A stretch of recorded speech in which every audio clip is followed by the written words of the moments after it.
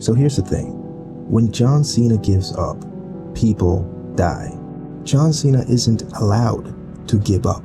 And this is why. Even if he didn't come up with the idea of becoming the hero, even if it wasn't his plan, he accepted it and claimed the role of hope. The character literally became a version of Superman. Every breath you take from that moment on is no longer for you, it's for the people. You don't get to give up just because you don't have to go to work tomorrow. Giving up means he cut the rope to the anchor that was holding onto the people's dreams, emotions, keeping them going strong. And why? Just because his back hurts? The character wants to rest and pick up some new hobbies? Superman doesn't get to sleep in because he's a bit sore while the world gets invaded. Superman dies fighting. Not for him, but for the people he swore to protect. Even if the fight is lost and there's no chance of winning, he keeps going because giving up is betraying his role. To me, John Cena could be playing a basketball game and could be losing by 100 points on the last quarter. And on that last minute, John Cena should play the most elite and passionate and most intense minute of basketball in history. John Cena fights until the very end because the outcome doesn't matter more than the message his fight sends. Everybody loses. Every reign will come to an end at some point, but you cannot open the door and just welcome it when that compromises everybody else. Cena basically said, wait a minute, this is getting kind of scary. I'm out. Hey everybody, you're on your own now, even though I said that you can relax because I had your back. John Cena gave up and retired as the villain, and we have to pretend that he's the good guy after abandoning the people he chose to protect and depended on him. So no, John Cena the character and John Cena the actor who chose to say okay to this, Paul Levesque and whoever else wrote this, you don't get to put on a quirky smile and go, I guess it's my time to give up now, unless you accept that you're willing to let the people you swore to protect die. And if this was all an impressions and views thing, I bet this will get the people talking, then that's some garbage human behavior. Because when John Cena gives up, people die. The reason John Cena doesn't give up is because he doesn't fight just for himself, right? This might sound stupid, but this is as if Tony Stark decided to return the Infinity Stones to Thanos because he realized that even if 50% of humanity would just be gone forever, he went, well, I'm not one of them. I get to stay living, so hey, big perp, good luck ruling the universe. If you don't mind, can I keep living in my mansion?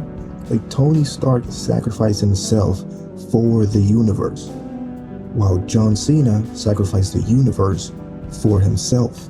They really thought they could because, I guess the guy that never gave up finally realized that even he has to give up. Oh, how cute, right? No, that's not how it works. When John Cena gives up, people die. What does John Cena giving up mean for all the Make-A-Wish kids? Tell me, should they give up now? Was it all a lie? Oh, but the real person, John Cena, is still going to visit them and do charity. John Cena the human isn't John Cena the character. You could even argue that John Cena the real person was pretending to be John Cena the character when doing all of those things. The kids didn't ask for John Felix Anthony Cena. They wished for John Cena. Cena smile before bitch tapping out means, screw you little Jimmy, eat shit. Figure it out because I'm tired, bye. You're on your own now. How many suicidal people, figuratively, weren't going through with it because the hero held their hand and stopped them from doing it for as long as they had to protect them. When John Cena gives up, people die. John Cena doesn't cure everybody because he made them smile once. Many people will go back to the darkness the moment the anchor goes away. And John Cena cut that rope when he gave up. Paul Levesque, where is your novel? Where is your screenplay? Where are your short stories? John Cena, where is your novel? Where is your screenplay? Where are your short stories? Prove to me that you know what a character arc is. Prove to me that you can respect the story. H-Man, you've been claiming cinema for years now. You like that the people said it before you and now it titillates you. But do you even know what that means? What it implies? What is expected? What should be provided? Do you understand that John Cena cannot choose to abandon the people without giving us new hope, the one who will protect us from now on?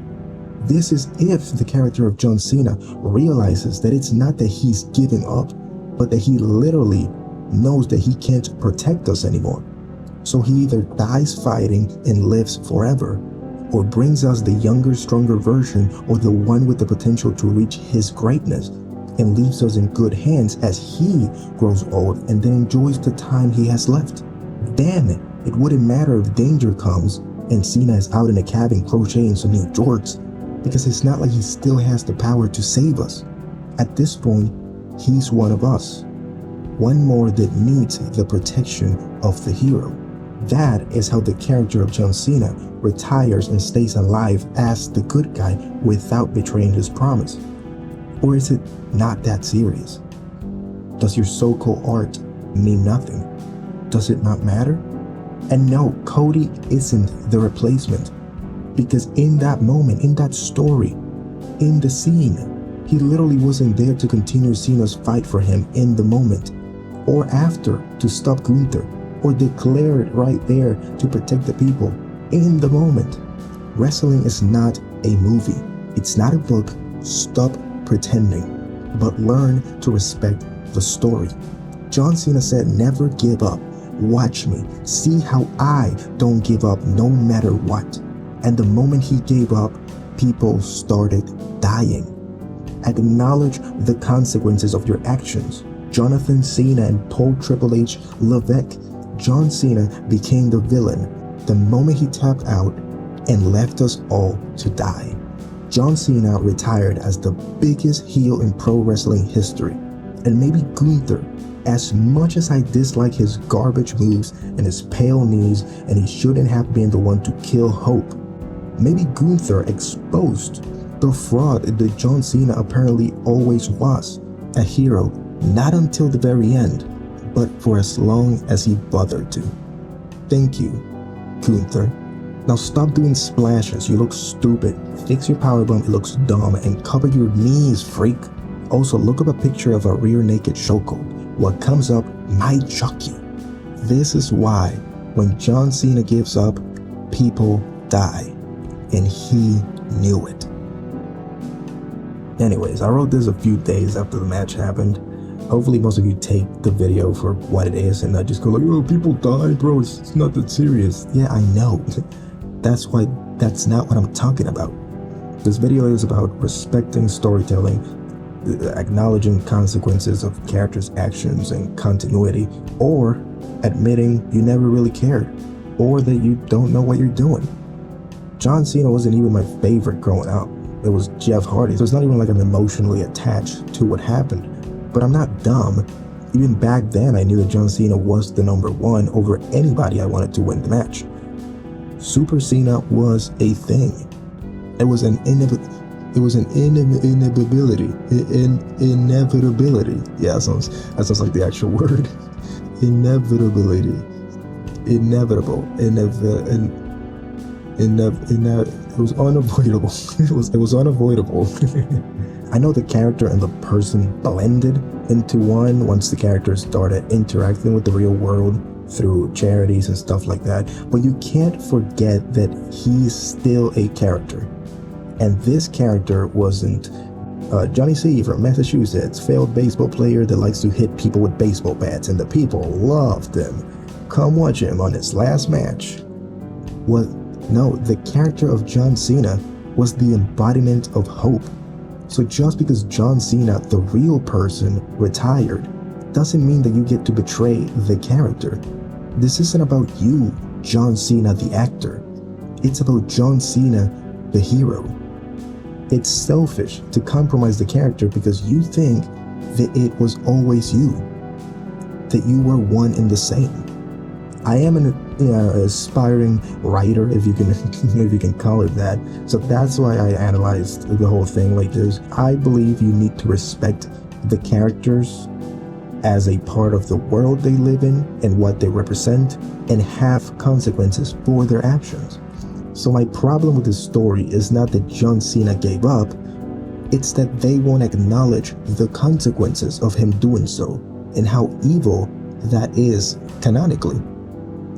John Cena giving up is not like, oh, he finally gave up. It's like, oh, he just abandoned us. So I don't care that Mr. Never Give Up gave up. I care that Mr. Never Gave Up pretended to be the good guy the moment he betrayed us. And the story is also pretending that what he did wasn't pure evil. I don't have anything I've written published, but I am constantly writing and researching and trying to understand what makes stories good, characters, and whatever else. So for now, you'll just have to wait until I share something eventually so you can roast my character arcs. At least they can't be worse than WWE, right? It's funny, I had to abandon this channel, and after a few days of seeing so many reactions of John Cena's last match and him tapping out, and just talking to myself about it, I decided to write this and record it. And now I have like 3 other video ideas that I might record, so maybe. Now before I go, I will throw in my silly fantasy booking idea here just for fun. Okay. Gunther has John Cena in the chokehold. Referee is doing the whole drop the arm thing. 1, 2, John Cena barely manages to hold his arm up. On the last one, eyes closed, Gunther then feels Cena's body get heavier and limp. So he releases the hold while yelling at the referee, like, I can't get to the bell, it's over, I want to get to the bell. While he's still holding Cena around the neck with one arm.